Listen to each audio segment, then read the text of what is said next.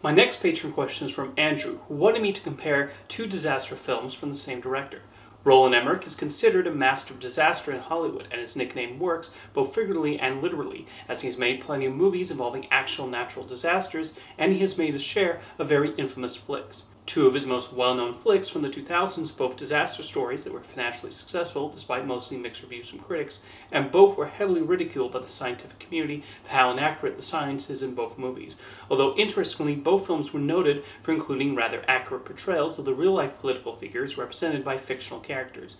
Which Emmerich big-scale disaster film do you think is better, The Day After Tomorrow or 2012? I personally think both of these movies are really silly and not all that good, although I cannot fault Emmerich for wanting to channel Irwin Allen in making these big disaster movies where the world is destroyed. As for which one I prefer, I'm going to pick The Day After Tomorrow. As a special effects-filled spectacle, the movie does okay in that regard of its set pieces. Even though scientists called the film ludicrous, they also acknowledged that it was not trying to be a documentary, but rather a thrill ride using the worst possible scenario. And I think it's admirable the filmmakers wanted to highlight the dangers of global warming. Emmerich does create some striking images at times, and the big flood scene in New York is impressively put together. One aspect people used to consider absurd about the movie was that high-level government officials, like the vice president, would ignore the warnings of the scientist who clearly knows what he's talking about. However, as the past number of years have shown us, there are indeed politicians who don't listen to the advice of scientists when a global event is changing the world. That was even the entire premise of Adam McKay's Don't Look Up, a movie which was praised by scientists for accurately depicting their frustrations and not being listened to by the government and the public. Where I felt The Day After Tomorrow fell short was with the characters. They are all thinly drawn and not all that compelling, which can make the film drag a bit during the more dialogue-driven scenes. The movie attempts to jump between the different subplots, but everyone feels underdeveloped. For example, they throw in a romance between Jake Gyllenhaal and Emmy Rossum's characters, but I thought they lacked much chemistry. There are also some ridiculous scenes, like the part where Gyllenhaal is chased by wolves. Something I'll give the film credit for is how it depicts a prep school student they meet. When he's introduced, the movie sets you up to think he'll be a romantic rival for Rossum's affections, and we'll get an obvious love triangle, and nope, the movie avoids that scenario completely, which I appreciated. By the way, fun fact, Trey Parker and Matt Stone had gotten their hands on the script for The Day After Tomorrow before its release, and wanted to make an old puppet parody version of it, while changing very little. However, they could not secure the rights, and opted to make Team America World Police instead.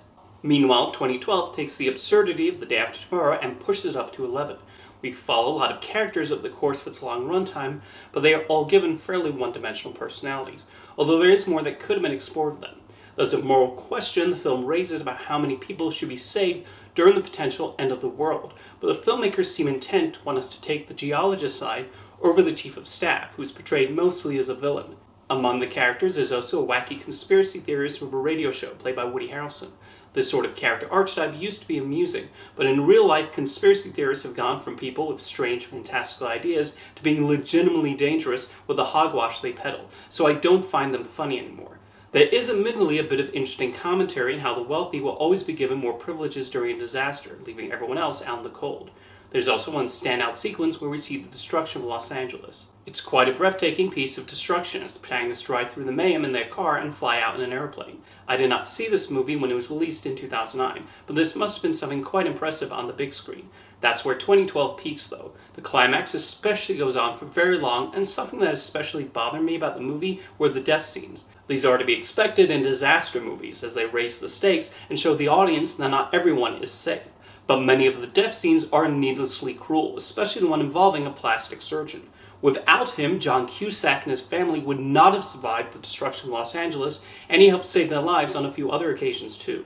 And he's rewarded by being given the most gruesome death in this PG-13 movie. That really rubbed me the wrong way, along with a few other demises. Anyway, let me know in the comments whether you prefer The Day After Tomorrow or 2012, and thank you for the question, Andrew.